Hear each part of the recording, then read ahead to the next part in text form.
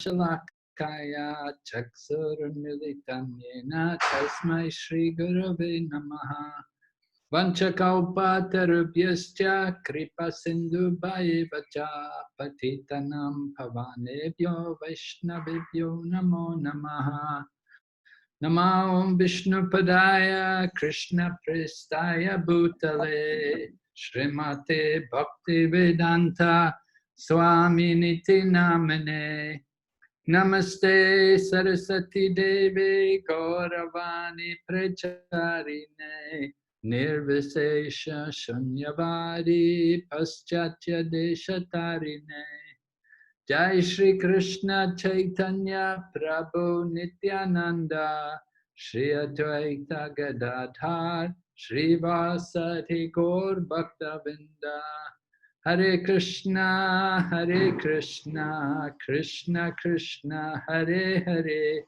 Hare Rama Rama Rama Hare Hare.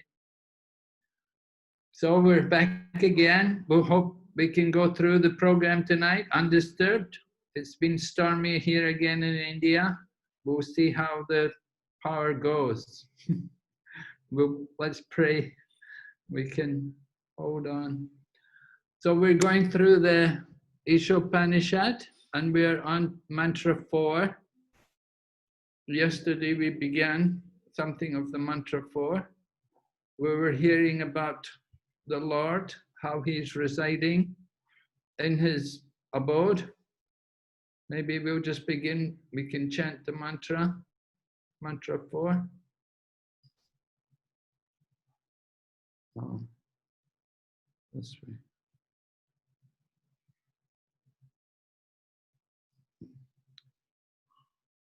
Anijadekam manaso jabio Naina devam apnuvam purvam marshat tadavito nanateti tistat tasminapo matarishvatadati.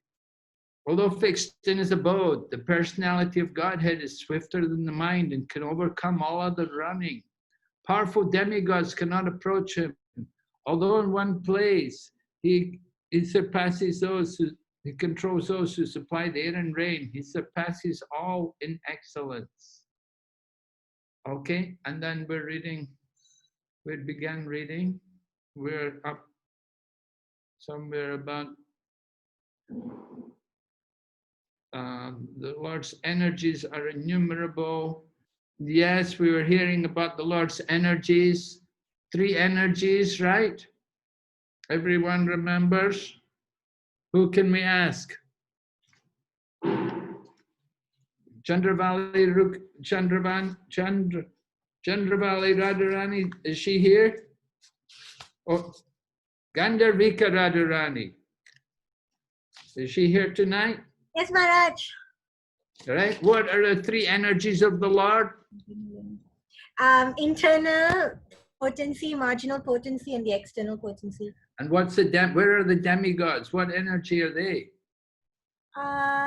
The demigods, I think they are marginal potency. Yes, right. Good guess, huh? Yes, the demigods are the marginal potency of the Lord. And what's the Lord's internal potency? What's that? The Lord's internal potency, I think Radharani. Yeah, well, where is she? Where will it be? It's not going to be here in the material world. It's going to be where? In the spiritual world. Right, yes, it's in the spiritual world. Okay, so like that. So we heard about the Lord's energies.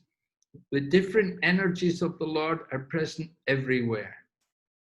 So although the Lord and his energies are non-different, one should not mistake energies for the supreme truth, nor should one wrongly consider that the Supreme Lord is distributed everywhere impersonally, or that he loses his personal existence. Men are accustomed to reaching conclusions according to their capacity for understanding, but the Supreme Lord is not subject to our limited capacity for understanding. It is for this reason Śrī Īśopaniṣad warns us that no one can approach the Lord by his own limited potency. So Prabhupada is bringing up some of the arguments of the atheists and impersonalists, people who have a different understanding about the Lord. Some think of the Supreme Lord as being simply energy. Just like I was distributing books one day in Malaysia and I met someone and he told me, he said, oh, I know Krishna cannot be God because Krishna has a mother and father. And then he went on to tell me, Shiva is God. Shiva is light. He said, Shiva is light. That was his conclusion, that God must be some kind of light. So there are many people like that. They're thinking of God according to some energy. Many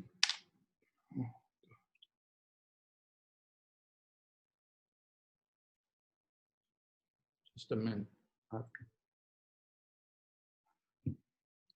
So many people, they think of God as being impersonal. They think he may be light. They think he's some kind of form, not form, but he doesn't have a form. Some people worship fire as God. They think of God like that, some kind of energy, a great light. So, of course, God has energy, but he's not limited to just energy. And it's wrong to think that he's lost his personality. The other argument Prabhupada gives is that because God is everywhere, so he could not be in one place. He must have put himself everywhere, so how could he be in one place? But they don't understand the great potency, the unlimited power which God has. So this is the point. This section of the Īśopaniṣad is pointing out to us how the Lord has these inconceivable powers. And we want to understand him. We cannot understand with our limited mind and senses, but we can hear. He can describe, he can reveal himself to us. He can describe himself to us. In this way, we have to understand. As Prabhupada says, our own limited potency, we cannot approach him. But if God wants to, he can reveal himself to us. Okay, we'll go ahead. Someone read, please, in the Bhagavad Gita. Is Patita Pavan Gauranga, the Patita Pavan Chaitanya there today? Hare Krishna Maharaj, yes Maharaj, I'm here Maharaj. Oh, good. Could you read for us, Prabhu, in the Bhagavad Gita 10.2? Yes Maharaj. In the Bhagavad Gita, chapter 10, text 2, the Lord says that not even the great rishis and suras can know him. And what to speak of the asuras, for whom there is no question of understanding the ways of the Lord. This fourth mantra of Śrī Īśopaniṣad very clearly suggests that the absolute truth is ultimately the absolute person. Otherwise, there would have been no need to mention so many details in support of his personal features. Can you tell us what you mean by suras and asuras?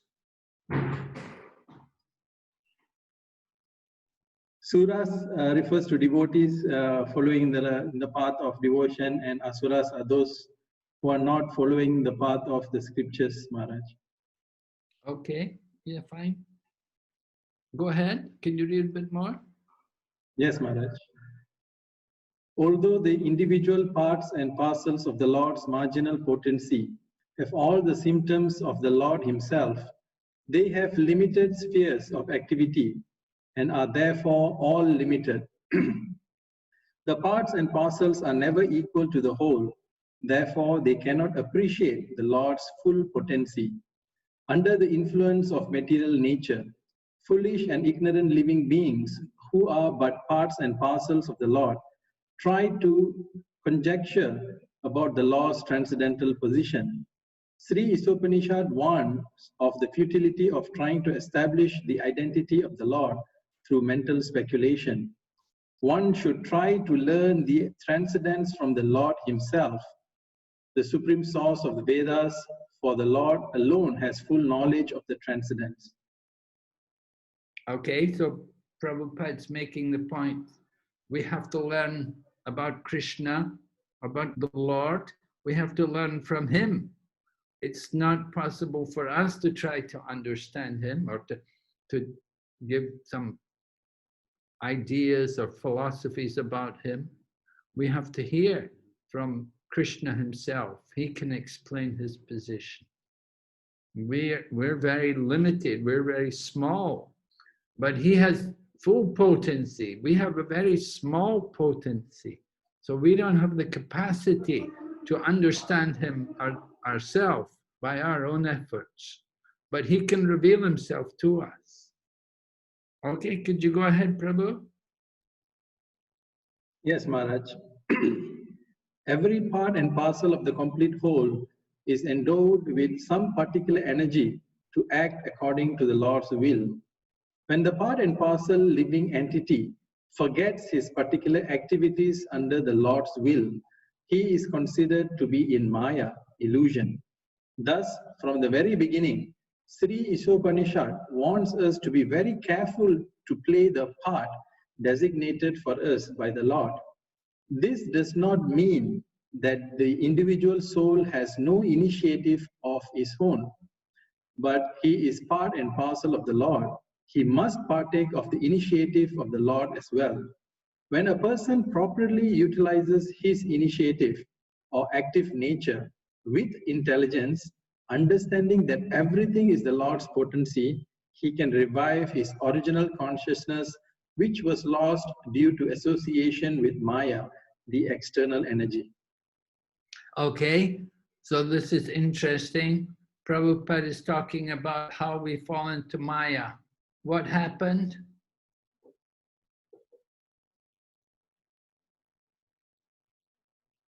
How did we fall into Maya?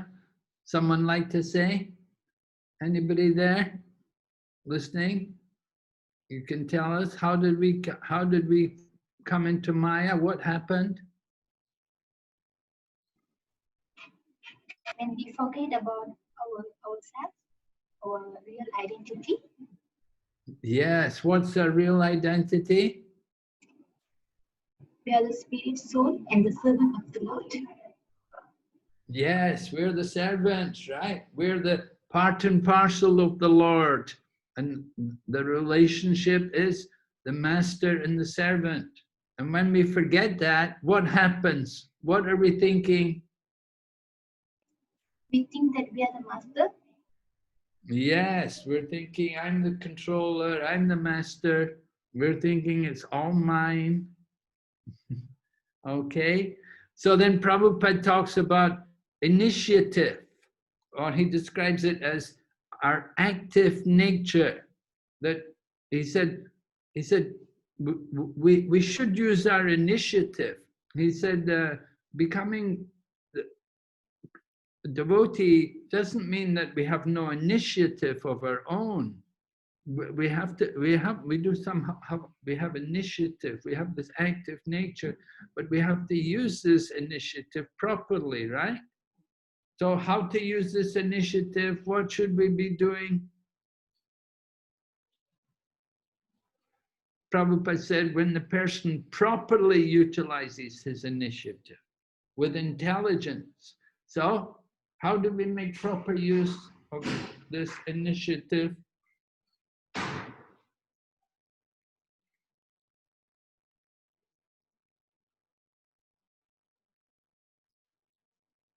We must understand that everything is Lord's potency, Maharaj. Yes, yes, mentioned there. Understanding everything is the Lord's potency. Yes. We must, So, inquire. yes. We must inquire who is the absolute truth, and who are we, and what is our relationship with the supreme absolute truth. Yes. Yes, we have to understand.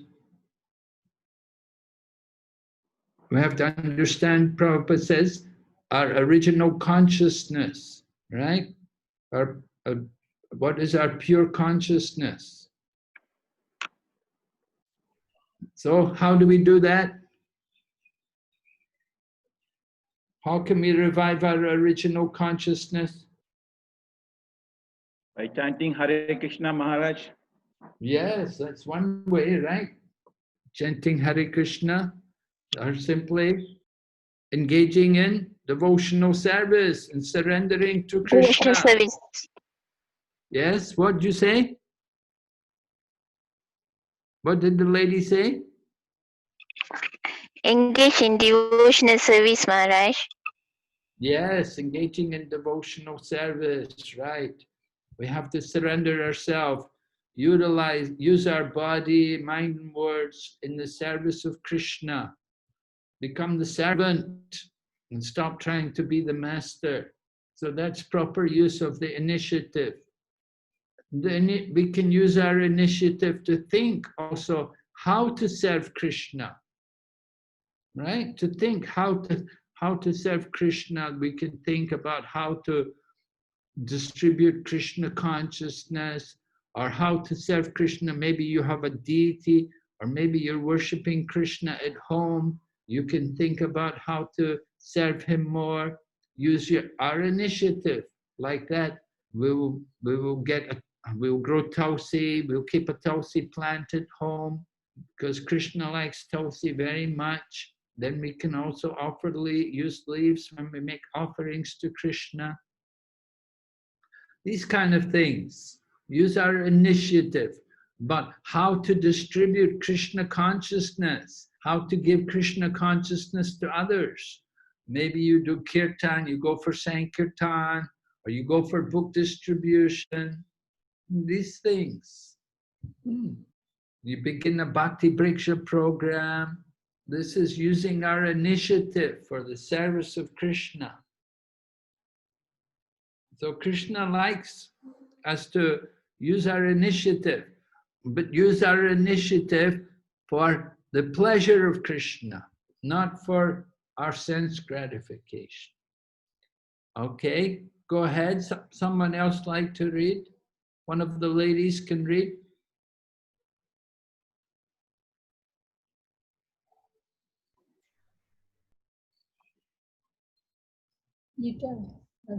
All power is obtained from the Lord. Therefore, each particular power must be utilized to execute the will of the Lord and not otherwise. The Lord can be known by one who has adopted such a submissive service attitude. Perfect knowledge means knowing the Lord in all his features, knowing his potencies and knowing how these potencies work by his will. These matters are described by the Lord in the Bhagavad Gita, the essence of all Upanishads. Okay, so Prabhupada saying, we want to know more, we need to know everything about the Lord. Of course, we can never know everything about him because he's so great, he's so unlimited. And he's always increasing and expanding his power and his glories. But we want to know, try to know more about him. That's the idea. All of his features, different features, his potencies, his different incarnations, his different pastimes. So this is how we can understand more about the Lord. Reading books like Bhagavad Gita, Krishna book, they will help us to know more about Krishna. Okay, any questions on mantra 4? No questions, we'll go ahead. Mantra 5. Who would like to chant for us this mantra? Who have we got? Your names are so beautiful, you know, it's so nice to call your names. I feel Every time I'm calling the names of these different devotees, I'm thinking, wow, so wonderful names. All Krishna's different names. What about Taruni Champakalata? Is she here today? Taruni? No? What No, Maharaj. about Tanosha? Tanosha Sivalingam? Hare Krishna Maharaj. Yeah, you're here, huh? You're good. Yes, Maharaj, I'm here.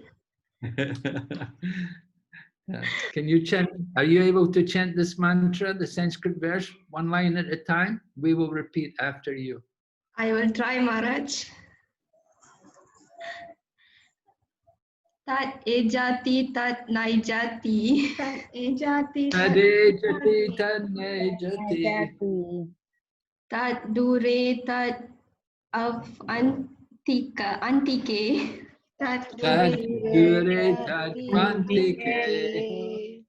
tat antarashya sarvasya. Tat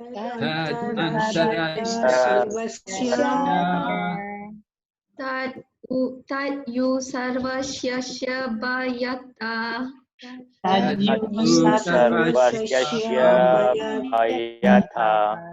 Okay, very good. Read the translation now. The Supreme Lord walks and does not walk. He is far away, but he is very near as well. He is within everything, and yet he is outside of everything. Have you heard anything like this before? Does it sound unusual?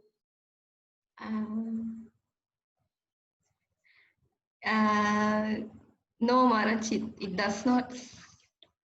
It does not sound unusual to me because only the Supreme Lord can do this. Oh, okay. He can walk, but he does not walk? What do you mean? Which means that he can do simultaneously. Oh. You mean he can walk and he doesn't walk sometimes? No, maybe he can walk and at the same time he does not walk as well. Yeah. Yeah, he doesn't walk like us, right? He's not walking like us. He can walk, but he's not walking like us. What about far away, but he's very near? It means that he's far away means that he's in the spiritual world, but he's very nearby as well because he's in our heart. Okay, yes, good answer. And he's within everything, but he's outside of everything? He's within everything, meaning that in each and every parcel, I mean each and everything in this material world, he exists. Yeah, he's within everything. Yeah, he How in is he and out within he's everything? there. Huh? In and out And he's outside? there. Outside of everything. Is outside of everything where? Outside of everything means meaning that maybe since we are in human life, maybe he's in the like animals, plants, in other than human life, like for example non-movable things and books. Well, okay, well, I think it's a little different from that. We could say he's within everything. Yeah, as you said, he's a super soul. He's a Paramatma in the heart of everyone. He's within every atom. Within every atom. So he's within everything. But he's outside of everything also. He's outside of everything because he has his own abode in the spiritual sky, in Goloka Vrindavan. He's also there. That's outside of the material world. So that's how I see it anyway. Okay, Maharaj. Anyway, yeah, go ahead. Can you read the purport a little? Here is a description of some of the Supreme Lord's transcendental activities executed by his inconceivable potencies. The contradictions given here prove the inconceivable potencies of the Lord. He walks and he does not walk. Ordinarily, if someone can walk, it is illogical to say he cannot walk. In the reference to God, such a contradiction simply serves to indicate his inconceivable power. With our limited fund of knowledge, we cannot accommodate such contradictions, and therefore we conceive of the Lord in terms of our limited powers of understanding. For example, the impersonalist philosophers of the Mayavada school accept only the Lord's impersonal activities and reject his personal feature. But the members of the Bhagavata school, adopting the perfect conception of the Lord, accept his inconceivable potencies and thus understand that he is both personal and impersonal. The Bhagavatas know that without inconceivable potencies, there cannot be no meaning to the words Supreme Lord. Very good. Thank you very much. Very nice. Okay, so this is very important for us to understand. Srila Prabhupada is explaining that when you have these contradictory kind of statements made, like it's here, he walks and he does not walk, you know, it appears to be a contradiction. But Srila Prabhupada explains this indicates his inconceivable potency. And certainly God has inconceivable powers because he's the Supreme Lord. So his powers are just beyond our comprehension. Very difficult for us to understand. It's inconceivable. But there are such things as inconceivable powers. Just like if we look up at the sun, we see the sun gives off so much heat. We know in Malaysia, you get so much sunshine, hot there. You get a lot of sun anyway. So every day, just think for how many millions of years the sun has been shining and giving off so much heat and light. There's no comparison to an ordinary source of heat. If you make a fire, you have to put fuel on it all the time. But there is the sun planet, and it's so far away, but it's producing so much heat and light. And it's been doing that since the beginning of the creation. So this is an example of inconceivable power. You know, because people will ask you, people will say, you know, do you believe these things? Do you believe inconceivable? We don't. So we have to be able to give examples of inconceivable power, how there are things like that in the world, and we see them every day, but we're not aware. So we want to point out to people that there are such things as inconceivable power. And the sun is one very good example of that power.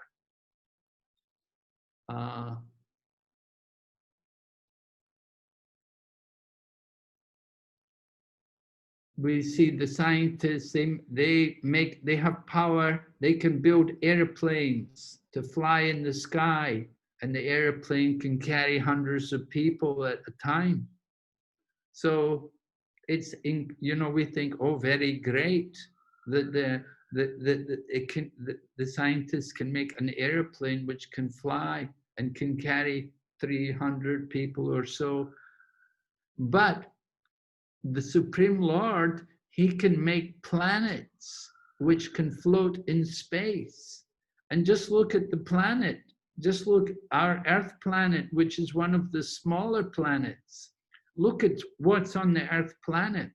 There's so many people, there's so many buildings, and there's so many mountains and oceans and so many things all around the planet. And the Supreme Lord is arranging for this planet to float in space. It's floating in space. And it somehow it's moving at a high speed. It's very, the speed of rotation of this planet is very high, but we have no indication, we're not even aware of the movement. Just like when you ride if you have a very good car, then when a very good car, you don't notice the bumps because the car is so good. You know, you go in, when the old cars, when you're in the old car, you're shaking, or like the old trains, the old railway, you shake a lot, very bumpy. But here we have the planet is revolving at a very high speed. We're not even aware of it. It's inconceivable. This inconceivable power. How the planet is revolving, we're not even aware. And at the same time, it's rotating in perfect orbit. Everything is predictable. The seasons, a particular time they come, the day and the night, everything is very regulated. So there's so many powers there. Who arranges all this? It's inconceivable to our tiny brain, but there's a supreme intelligence behind the universe. So the Upanishads are helping us to understand this personality who is behind the creation. So these contradictions help us to understand something of his nature. So Prabhupada mentions about the Mayavada, or the impersonalist philosophers, and how they think of God. And they reject that he could be a person. They just simply think of only the oneness of the Brahman, the energy. They're thinking like that, only of an energy, an impersonal energy, like the heat or the light. But Prabhupada points out, energy has to come from some place. Just like you have your energy, I have my energy, we all have our own individual energy. The same way, the Supreme Lord, he also has energy. And he uses his energy to maintain this creation. Not only maintain, but for the purpose of creation, maintenance, and ultimately destruction. It goes on continually. The nature of the material world, subject to the three phases of time. So the impersonalist philosophers, they simply think of everything as being without a personality. But we say God is both a person and also impersonal. He's everything. If we say, oh no, he cannot be impersonal, then that would mean he is lacking something. But everything is there within the Lord, everything. So he is both personal and impersonal. One time, some reporters came to Prabhupada and they were they had some questions, you know, all about different philosophies and things, and they were asking Prabhupada. And they asked Prabhupada, they said to Prabhupada, in India we have two main philosophies. One is called Advaita. Advaita is the oneness, in other words, the impersonal. And then the other is the Dvaitist, dualism, that there's two. There's not one, there's two. There's God and the living entity. They're different. So they asked Prabhupada, who's right, the Dvaitist or the Advaitist? And Prabhupada said, they're both right. Let them both chant Hare Krishna. Prabhupada answered like that. So sometimes we may meet people who say God is energy. We can say, yes, he is, but he is also a person as well. And we will see later on as we go into this Īśopaniṣad, later on we will come to some mantras where the prayer is to reveal this personality, that we want to see this form, this personality behind the energy. Just like there's a sun planet, so within the sun planet, there's a sun god. Now we see the sunlight, but if we want to see the sun god, you have to go into the sun planet. And you have to have the proper body to go in there. You'd have to have a fire body to go in there to see the sun god. But within the sun planet, there is a sun god.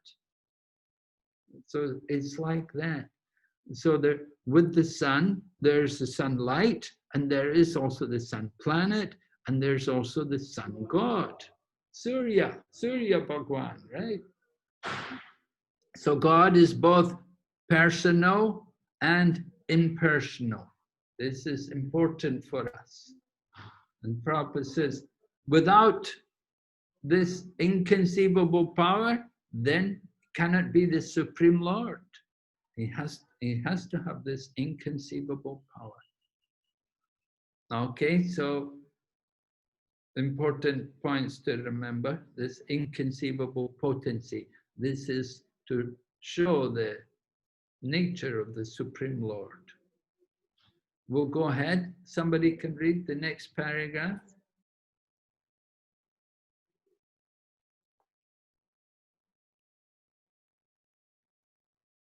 Yes. Can I read, Maharaj? Please.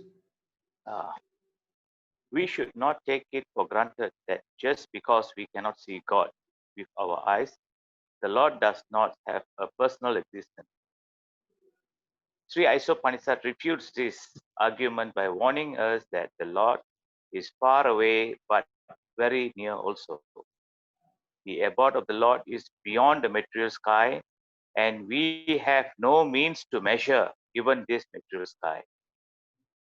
If the material sky extends too far, so far, then what to speak of the spiritual sky which is altogether beyond it?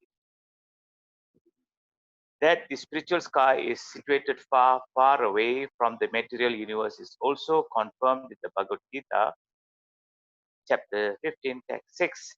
But despite the Lord's being so far away, He can at once, within less than a second, descend before us with a speed swifter than the mind or the wind. He can also walk so swiftly that no one can surpass him. This has already been described in the previous verse. So Prabhupada begins here that we cannot see God with our eyes. So people often ask us like that, oh, you believe in God? And then we'll say, have you ever seen God? How will we respond to that? What will you say if somebody says to you, have you seen God?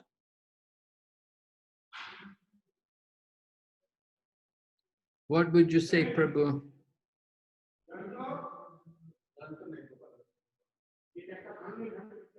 Someone like to answer? Anybody? Have you seen God? No, Maharaj. You have not seen him? How do you know he's there? How do you know he exists? You haven't seen him.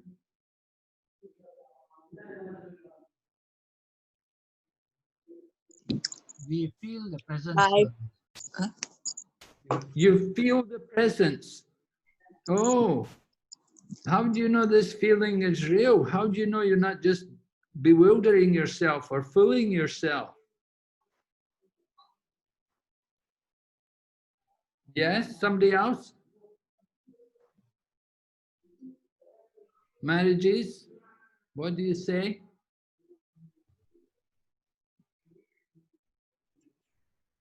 Maharaj, can I try? Yeah, you can try. Go ahead. Actually, we cannot see God because we have no qualification to see Him. But the Lord is so merciful that He came in Vigraha form for us to be able to see Him and serve Him. Okay. Yeah, we're not qualified to see him. Can you give an example about that? What kind of example would we give? We have, can we talk about the 4 defects that we have? Well, I would give a simple example, just like I may say, you know, in Malaysia, you have your leader of the country, Mr. Mahathir. So I may say, I don't believe Mr. Mahathir exists. I've never seen him. I want to see him. If he's real, then I want to see him. So if I go to the government offices and I go and say, I want to see Mr. Mahathir, I don't believe he exists, I want to see him. Will they let me see him? No. Why not? I don't believe he's real, I want to see him. Why won't they let me see him?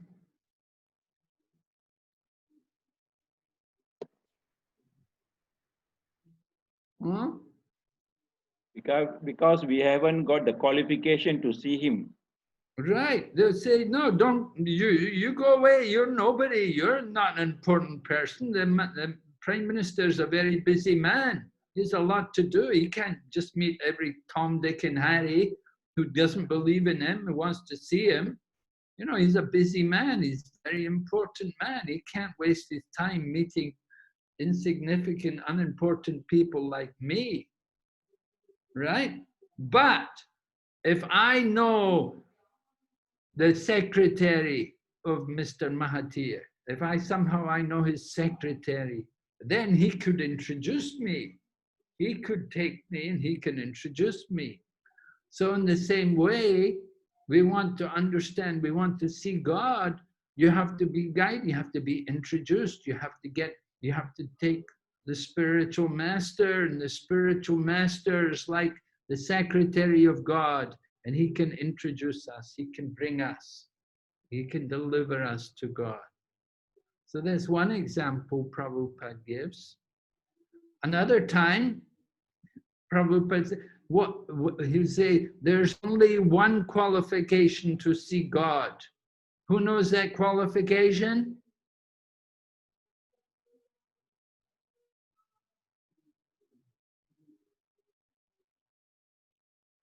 Anybody? What's the qualification to see God?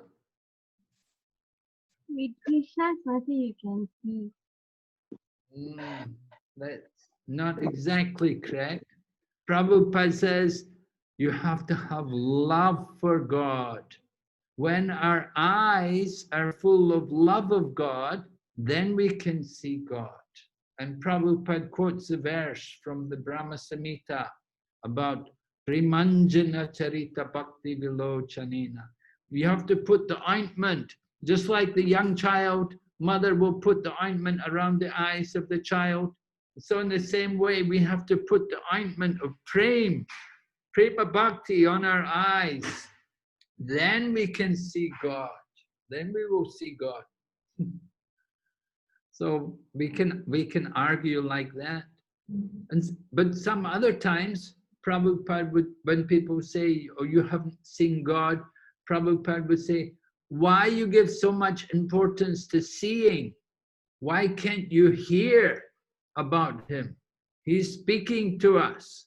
The Bhagavad Gita, he's speaking to, why you always have to see everything? Try to hear. He's speaking to us and he's telling us. Like that, we can see God.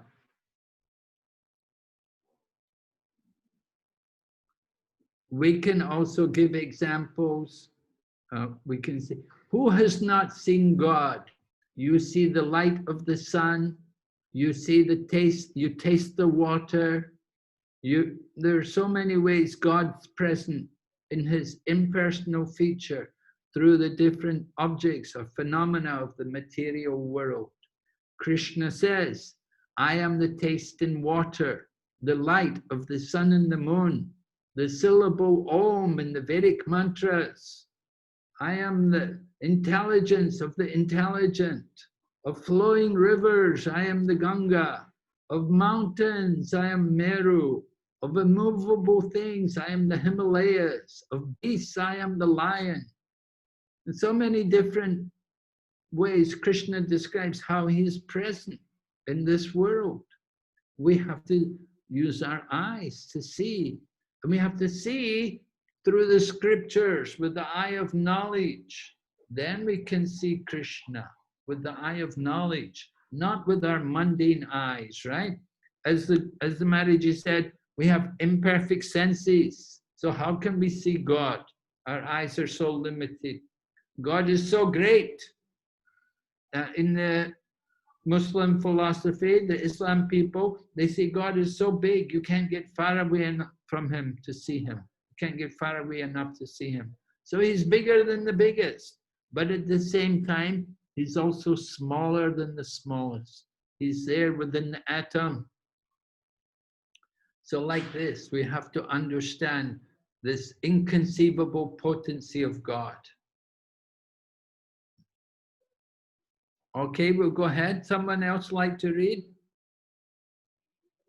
Yes.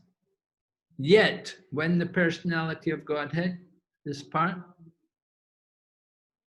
Prabhu, you want to read more? Myself, Maharaj? Yeah. Yeah, okay. Yet when the personality of Godhead comes before us, we neglect him. Such foolish negligence is condemned by the Lord in Bhagavad Gita, wherein the Lord says that the foolish deride him when they consider him to be a mortal being. Chapter 9, text 11. He is not a mortal being, nor does he come before us with a body produced of material nature. There are many so-called scholars who contend that the Lord descends in a body made of matter, just like an ordinary living being. Not knowing his inconceivable power, such foolish men place the Lord on a level equal to that of ordinary men. Thank you. So, Prabhupada is establishing here how when the Lord comes, he doesn't come with an ordinary material body. Can someone give an example to support this? How could we tell people that Krishna is not a mortal being? Can someone tell us how he takes birth? One of the ladies? He appears. Yes. One of the ladies, tell us. Krishna is not born, he appears in this world. Okay, how do you know that? From the scriptures. How did he appear? What did he appear like? Four-armed Vishnu. Huh? Sorry, I couldn't hear what you said.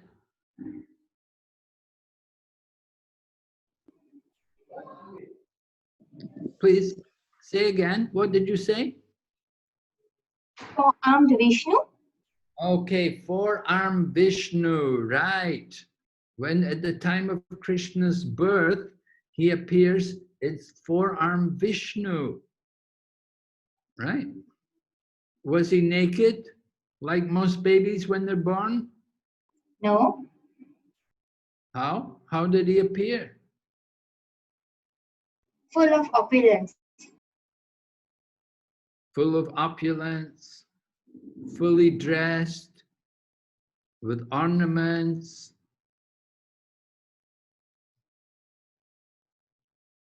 nice clothing, beautiful cloth and turban, everything, jewelry, everything. He was revealing to Vasudeva and Devaki that he's the Lord, that he's come as their son.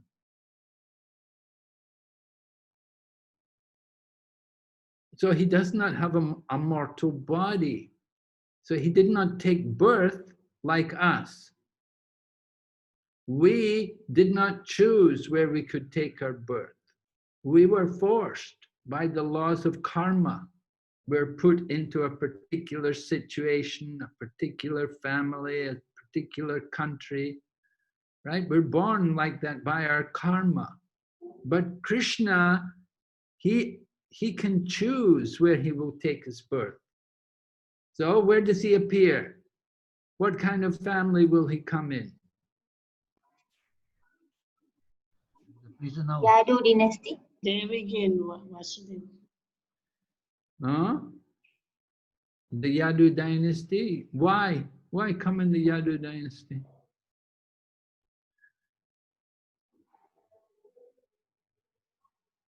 Why does he take his, why did he come in that as the son of Vasudeva and Devaki?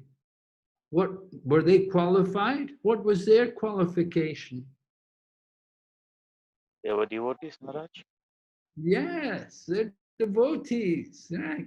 Krishna, he's only going to come for his devotees.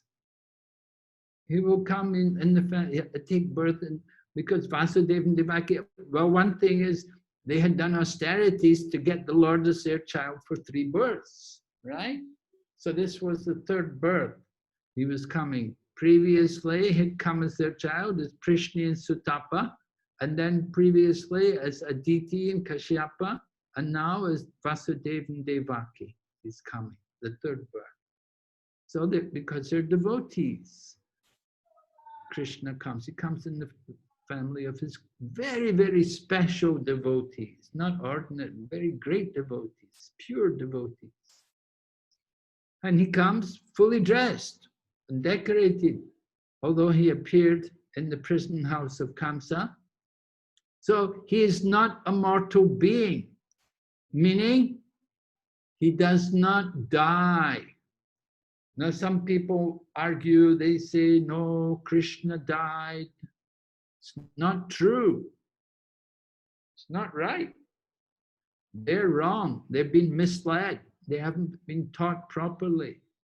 Because he does not come with a material body. What kind of body does he come with then? Spiritual body. Okay, what's a spiritual body? What's its nature? Satchit Ananda. Yes, thank you. What's the English? Form with full of bliss, knowledge, and eternal.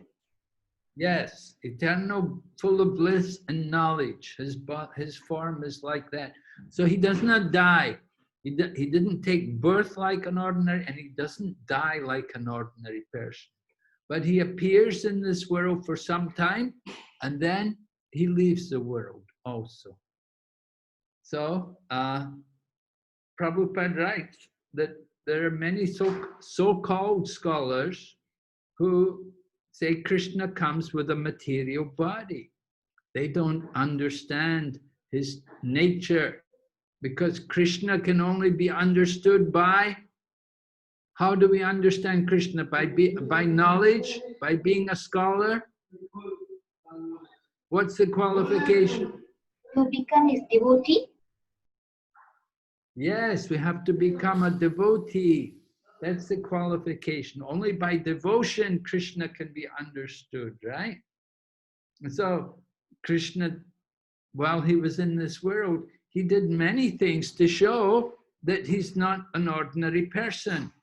Would you like to tell me some of the things he did? He lifted Govardhana hill. Yes. Yeah. Yeah. Picked up the Govardhan hill. How did he pick it up? With which hand?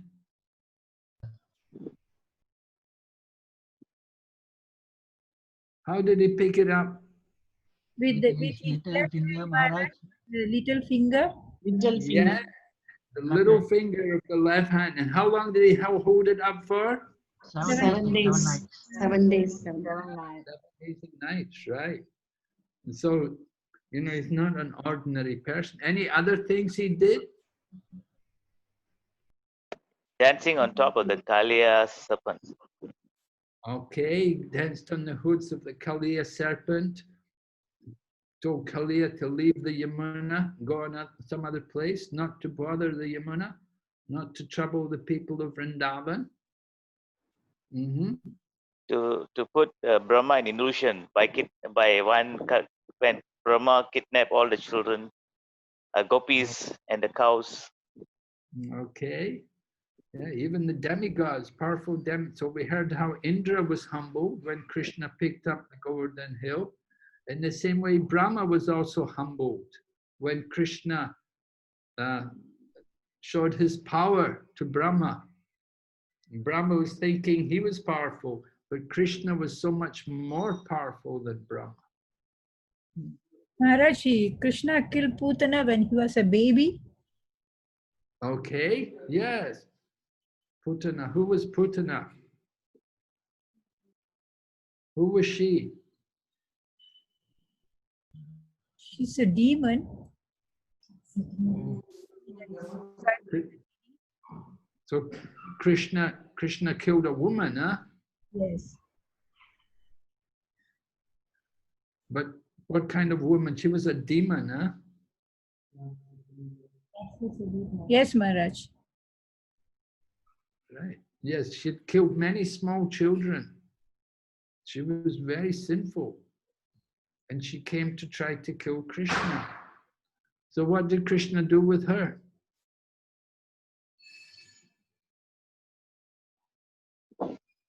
Suck the life air from the demon.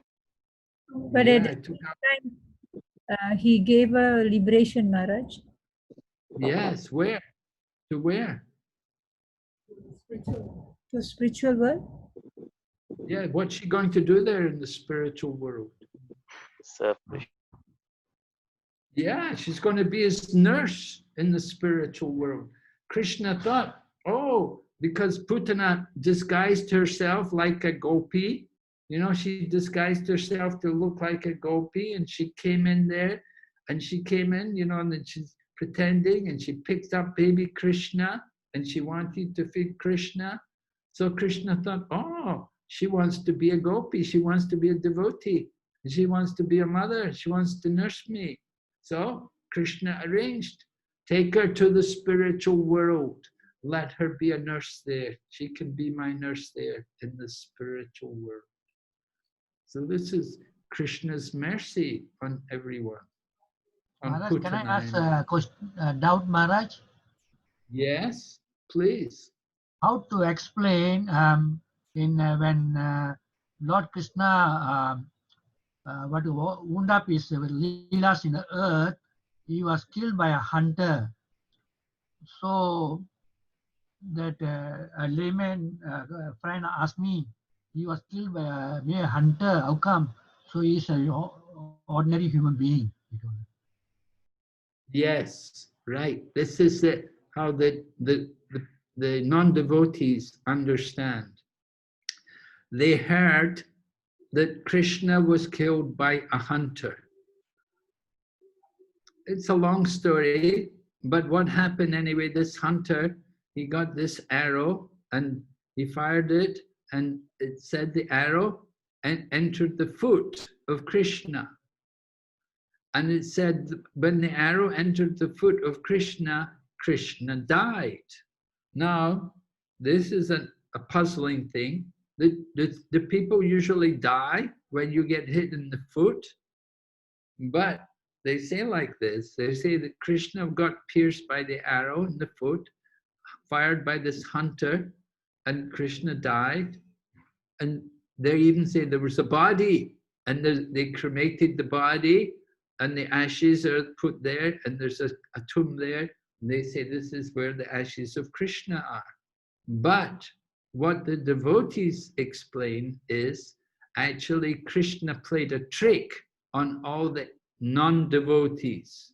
He tricked them because Krishna has so many powers. He can do all tricks. He can do many amazing things. So he wanted to finish, it came time for him to finish his pastimes in this world. So Krishna has to arrange for a way in which he can leave the world. So he arranged like this, that this hunter came and he fired the arrow into the foot. So Krishna arranged for another body which looked like him, not a spiritual body, but a material body, which was like a replica of him, but it was an ordinary material body. And Krishna arranged for that body to be there. And so the non-devotees, they found that body and they thought, oh, Krishna's been killed, Krishna is dead. And then they cremated the body and they put that, and they thought this was Krishna. They didn't understand. Krishna played a trick. Just because Krishna has a spiritual body, so he wanted to disappear from everyone. So he arranged for this ordinary body, for a dummy body, which is not actually him, but it's a replica of him. It looked like him. And he arranged for that body to be there, and that body was cremated and put in, the ashes were put into the ground. So in this way, people thought, oh, Krishna is dead. But the devotees, they know the truth. They know Krishna doesn't have a material body. There's no way Krishna dies. He doesn't get old. He's not, so many people came to fight him with different weapons. They tried to harm him. Nobody could do any harm to him. We see when Krishna was in Vrindavan, sometimes there would be a forest fire. What would Krishna do? When there's a forest fire, what would happen? Is swallowed? Yeah. When the forest fire would come, all the people, the Brijbasi people would all come to Krishna, oh Krishna, save us. And Krishna would just tell them, close your eyes, and Krishna would swallow the whole forest fire and save everyone. No, this is Krishna. He's the Supreme Lord. He can do all of these wonderful things. How could you ever think he could be killed by an arrow in the foot? It's ridiculous. But Krishna used it just to trick the non-devotees. And he left the body, another body there. And so people thought, oh, Krishna's dead. See, Krishna's dead. No, his body is not material. So we have to understand his power, his inconceivable nature. Hare Krishna Maharaj. Hare Krishna Maharaj.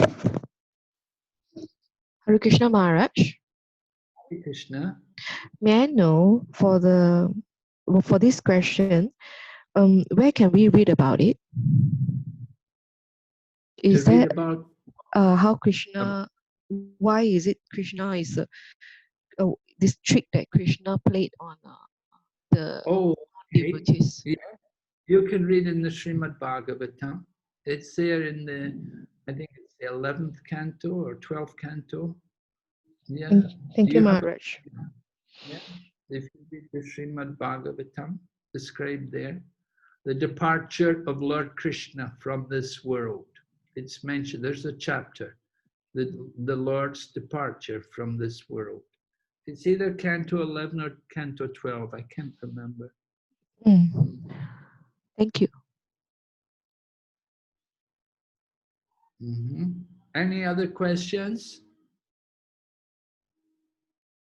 Okay, so Krishna has inconceivable power. Foolish men, they think he's like an ordinary man. That's described in the Bhagavad Gita, right? You know the verse in the Bhagavad Gita? Anybody? Have you been studying Bhagavad Gita good? Krishna says, the foolish mock at me, descending amongst them like an ordinary person. They do not know my transcendental nature and my supreme dominion over all that be. So when you study the Bhagavad Gita more, you'll get to know how Krishna replies to these kind of people. Let's go ahead. Someone can read this next paragraph. Maraji, Jolene, you can Maharaj, read. I would like to read. Okay. Hare Krishna Maharaj. What's your name? I'm Mary. Mary? Okay, Mary, go ahead. Okay. Because he is full of inconceivable potency, God can accept our service through any sort of medium, and he can convert his different potencies according to his own will. Non-believers argue either that the Lord cannot incarnate himself at all, or that if he does, he descends in a form of material energy. These arguments are nullified if we accept the existence of the Lord's inconceivable potencies. Then we will understand that even if the Lord appears before us in the form of material energy, it is quite possible for him to convert this energy into spiritual energy. Since the source of the energies is one and the same, the energies can be utilized according to the will of their source. For example, the Lord can appear in the form of the Archa Vigraha, a deity supposedly made of earth, stone, or wood. Deity forms, although engraved from wood, stone, or other matter, are not idols, as the iconoclast content. Okay, thank you, Mary. So, Prabhupada's talking here about the power of the Lord, that he can convert material energy into spiritual energy if he wants. Because he's the Supreme Lord, it's his energy, so he can change it if he wants. Just like all of us as devotees, we can also change material things into spiritual things, right? Do you know how to do that? Mary, do you know how to change material things into spiritual things? I don't know, Maharaj. Okay, you don't know? We'll tell you in a minute. We'll ask if anybody else knows. Some of our students. Can I try? Yes? What? What'd you say? We offer them to Krishna. Offer them to Krishna, right? The food, before we offer it, it's bhoga, right? But when we offer it, it becomes prasadam. The devotees were doing a program. They said, come and see matter made into spirit. So many people came, they were all interested to see how we make matter into spirit. So the devotees made an altar, and then they brought a plate with the offering, and they put it on the altar, and then they got the bell, and they bowed down and chanted the prayers, and then they say, okay, now it's all spiritual. We change matter into spirit. Even devotees can do that by connecting it to Krishna, right? So certainly Krishna, he can also change matter into spirit. And Prabhupada gives the example about the deity. Now there are a class of people called iconoclasts. Iconoclasts. They claim that the deity worship, that we're just worshiping idols. They say they think our deities have no life. They don't know that actually our deities have life. The deities, they can walk, they can talk, and they can eat, and they can do many things. They're not just statues. They're deities. They're living forms of the Lord. Of course, they're made of material elements, but the Lord enters into the deity form, and he makes that form of the Lord spiritual. When we worship the Lord, the deity, with devotion, then we can understand these things. And there are many examples. The deity who stole the sweet rice, the deity who ate the offering, the deity who came as the witness for the marriage, the deity who was playing chess with the other devotee. There's so many pastimes of the different deities, how they did these things. Of course, the deity only does these things for the very good devotees, very pure devotees. But we should understand that the deity is a person, and he can hear and he can see. Sometimes we think, oh, they're just statues, but no, because we have invited Krishna to enter into that form. So it's mentioned Archa Vigraha. Archa Vigraha means the Lord descends, he enters into it. The deity is like an incarnation of the Lord. Yes, the Lord has his incarnations. He comes at different times in different places. And one of the ways in which he comes is also as a deity. It's one of his incarnations. Okay? Is that difficult for you? Are you okay with this? Yes, I'm okay. Mary? Yes, yes, I'm listening. I'm okay. My two kids are listening as well. They're okay. Enjoy the story. Yeah. Because they watch a lot of this pastime, Krishna pastime, but Putana, then swallowing the fire forest. Yes, right. Yeah. They watch a lot. They know very well. Kill the different demons. Yes, yes. Okay, so let me see. Okay, so we'll go on just to try to finish this. In our present state, someone can read. Mary, you want to read more? Yes. Okay. In our present state of imperfect material existence, we cannot see the Supreme Lord due to imperfect vision. Yet, those devotees who want to see him by means of material vision are favored by the Lord, who appears in a so-called material form to accept his devotee service. One should not think that such devotees who are in the lowest stage of devotional service are worshipping an idol.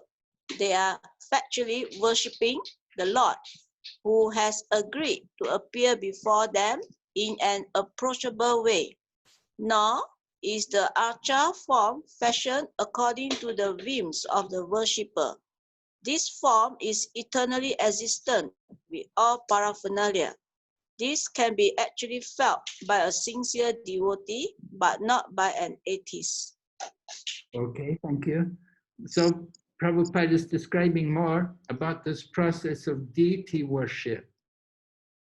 That this deity worship can only really be understood by the devotees. People who are atheistic, they cannot understand. They come and they think, oh, just some statues.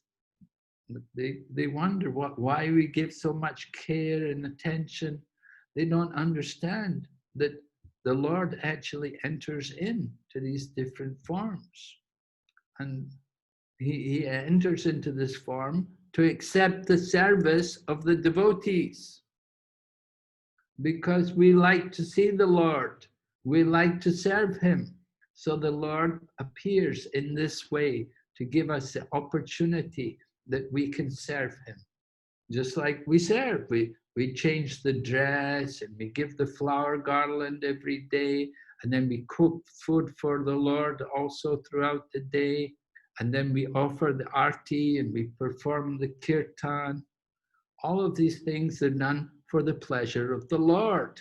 And even the classes which go on in the temple room also, those are also for the pleasure of the deity. That the deity takes pleasure in hearing all of these things being discussed. So ordinary people, they think we're worshipping an idol. But Prabhupada said, no, he said, actually, this form of the deity, this is according to scripture. It's idols are something which we just imagine. We have no scriptural reference to them or anything, but the form of the deity is all described, ancient scriptures, the exact form, the exact proportions of the deity by which the deities are made. So nothing is just by chance. It's all a very ancient science. And by worshipping this deity, we actually develop more love for Krishna. We come and see the deity, and the deity can even take care of his devotee. There's a pastime. There was one man, he had no son. So he was told, you worship the deity as your son. You take a form of Krishna to be your son. So the man and his wife, they had a form of Krishna, and they arranged for Krishna's marriage. Just like if you have a son, you get your son married. So the same way this couple, they had arranged the marriage for the deity. And then when they died, when the couple died, the deity came and did the funeral for them, arranged for their burning of their body. Just like the son, he takes the responsibility to do the cremation of the father. So the deity, because the deity had been the son of the man, so the deity came to perform the funeral, the cremation of the man. So this is only understood by devotees who have great faith.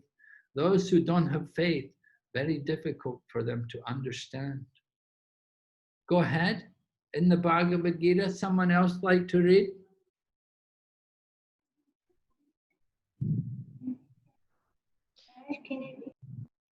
Yeah, please.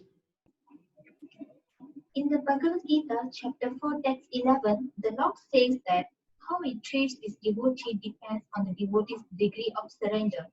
The Lord reserves the right not to reveal himself to anyone and everyone, but to show himself only to those souls who surrender unto him. Thus, for the surrendered soul, he is always within reach, whereas for the unsurrendered soul, he is far, far away and cannot be approached. Okay, so Krishna is saying surrender is very important. And for one who's surrendered, then Krishna is very near. But for those who are not surrendered, then it's far away, very hard to understand. Krishna doesn't care much for them. He has a special interest in his devotees because they've surrendered to him. So he has a special feeling for them. Go ahead, please keep reading. In this connection, two words the revealed scriptures often apply to the Lord. Saguna with qualities and Nirguna without qualities are very important. The word Saguna does not imply that when the Lord appears with perceivable qualities, he must take on a material form and be subject to the laws of material nature. For him, there is no difference between the material and spiritual energies because he is the source of all energies. As the controller of all energies, he cannot at any time be under their influence as we are. The material energy works according to his direction. Therefore, he can use that energy for his purposes without ever being influenced by any of the qualities of that energy. In this sense, he is Nirguna, without qualities. Nor does the Lord become a formless entity at any time, for ultimately he is the eternal form, the primeval Lord. His impersonal aspect or Brahman effulgence is but the glow of his personal rays, just as the sun's rays are the glow of the sun god. Okay, so an important point Prabhupada is bringing up these terms, Saguna and Nirguna. Saguna, meaning with qualities, and Nirguna, without qualities. So Saguna means the Lord has qualities, but Prabhupada makes the point that not material qualities, but spiritual qualities. And for Krishna, there's no difference between material and spirit. But everything about Krishna is Spiritual, of course, his quality, spiritual. So he has qualities, but not qualities of the material world like us. And then nirguna means without qualities. So Prabhupada explains in what way Krishna is nirguna, that he becomes, it doesn't mean that he's without any form. People think, oh, if he's without qualities, then he won't have any form. But no, he has a form, but it's not like our form. It's the Lord, Prabhupada describes it, he's not influenced by any of the qualities. That's the point. The material nature works according to his direction, therefore he can use that energy for his purposes without ever being influenced by any of the qualities of that energy. In that sense, he is nirguna, without quality. So people think nirguna, no form, they like this idea, no form. They want to give up, because they think, oh, if he has a form, he must have a form like I have a form. And I know all the trouble I have with my form. And, you know, I'm getting old and I'm getting diseased and I'm getting so many problems with my form, with my body. But better to be without a form, we think. And we think if Krishna has a form, he would also be like that. No, we know Krishna was in this world for more than 100 years and he still looked just like a young man. He didn't age. He didn't age past the point of youth. He was always like Nava Yovana, eternally youthful. So Krishna is not subject to the deterioration of, like we are in the material world. Everything deteriorates with time, but Krishna is not subject to that. He is therefore nirguna, but he has a form, but it's not of this world. Okay, we'll go ahead. Someone read? Hare Krishna Maharaj, want to read? Please. When the child Saint Prahlad Maharaj was in the presence of his father asked him, "Where is your God?" When Prahlad replied that God resides everywhere, the father angrily asked whether his God was within one of the pillars of the palace. And the child said, yes. At once the atheist king shattered the pillar in front of him to pieces, and the Lord instantly appeared as Narasimha, the half-man, half-lion incarnation, that killed the atheist king. Thus the Lord is within everything, and is create everything by his different energy. Through his inconceivable power, he can appear at any place in order to favor his sincere devotee. Lord Narasimha appeared from within the pillar, not by the order of the atheist king, but by the wish of his devotee, Prahlada. As atheists cannot order the Lord to appear, but the Lord will appear anywhere and everywhere to show mercy to his devotee. The Bhagavad Gita 4.8 similarly states that the Lord appeared in order to vanquish non-believers and protect believers. Of course, the Lord has sufficient energies and against who can vanquish atheists, but it pleased him to personally favor a devotee. Therefore, the descent as an incarnation, actually, he descend only to favor his devotee, not for any other purpose. Thank you, Mataji. Thank you, very nice. Okay, so Prabhupada is explaining about how the Lord appeared in this particular pastime, how he came from the pillar. So he's everywhere, he's within everything. So the demon father, Hiranyakashipu, was asking Prahlad, where is your God? because the father was a big atheist and Prahlad was a devotee. So he was asking Prahlad, where is this God? And Prahlad was saying, he's everywhere, Father, because Prahlad was a good devotee. He saw God everywhere, within everything.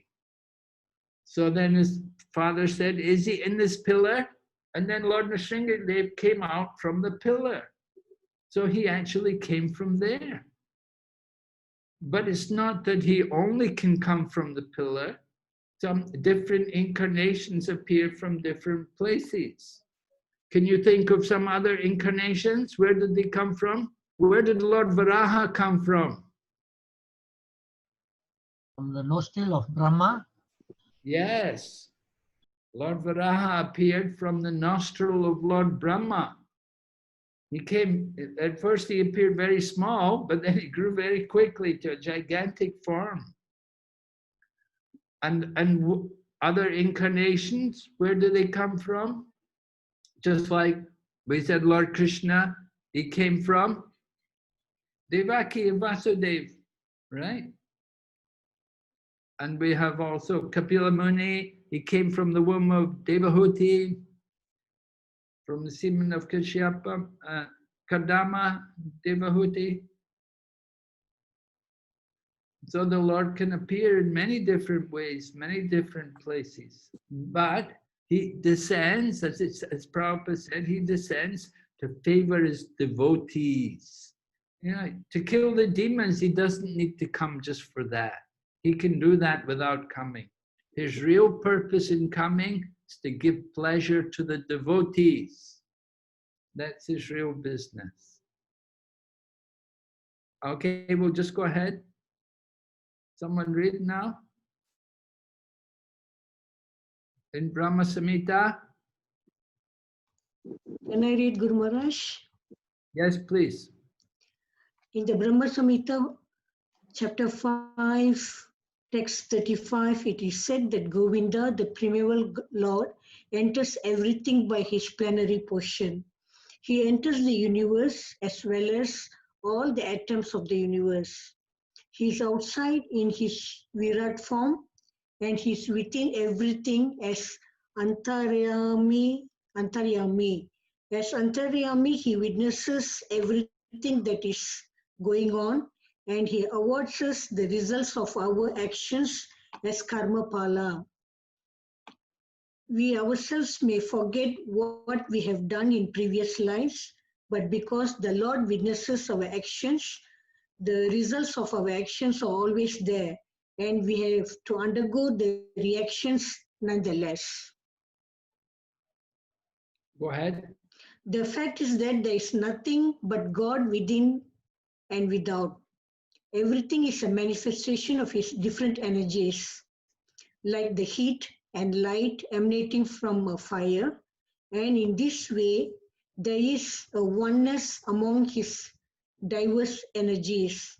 Although there is oneness, however, the Lord in his potential form still enjoys unlimitedly all the pleasures enjoyed minutely by the tiny part and parcel living entities. Okay, so Prabhupada introduces an important term for us, Antaryami. Antaryami meaning the one who is witnessing everything. In other words, the super soul, or sometimes we simply say Paramatma, right? The witness. He sees everything, and because he's seeing everything, we get the results. So sometimes we think, oh, I'm doing something, nobody knows, nobody saw me. But Krishna witnesses, he's there in the heart of everyone, in the form of the Antaryami, and he sees everything, and we get the results. We think nobody knows what I'm doing, but Krishna knows. We cannot cheat him. And so we get the reactions that comes in the form of our karma. So Prabhupada said he's within the atom, and he is also outside in everything as in the Virat form. The Virat form, meaning that's like the universal form, the Virata form, the universal form, all the different elements of material creation. So we can understand the Lord in these different ways. Prabhupada saying then, everything, there's nothing but God within and without. It's all his energy. We have to see him everywhere. And then Prabhupada talks about the oneness. In this way, there is a oneness among his energy. Although there is oneness, the Lord in his personal form still enjoys unlimitedly all the pleasures enjoyed minutely by the tiny parts. So the Lord enjoys this relationship with his devotees. Just as we as devotees enjoy, the Lord is a person, he is the supreme enjoyer. We are tiny enjoyers. He's the supreme enjoyer. Okay, so we'll go on tomorrow. Thank you very much. If you have any more questions, please keep them for tomorrow.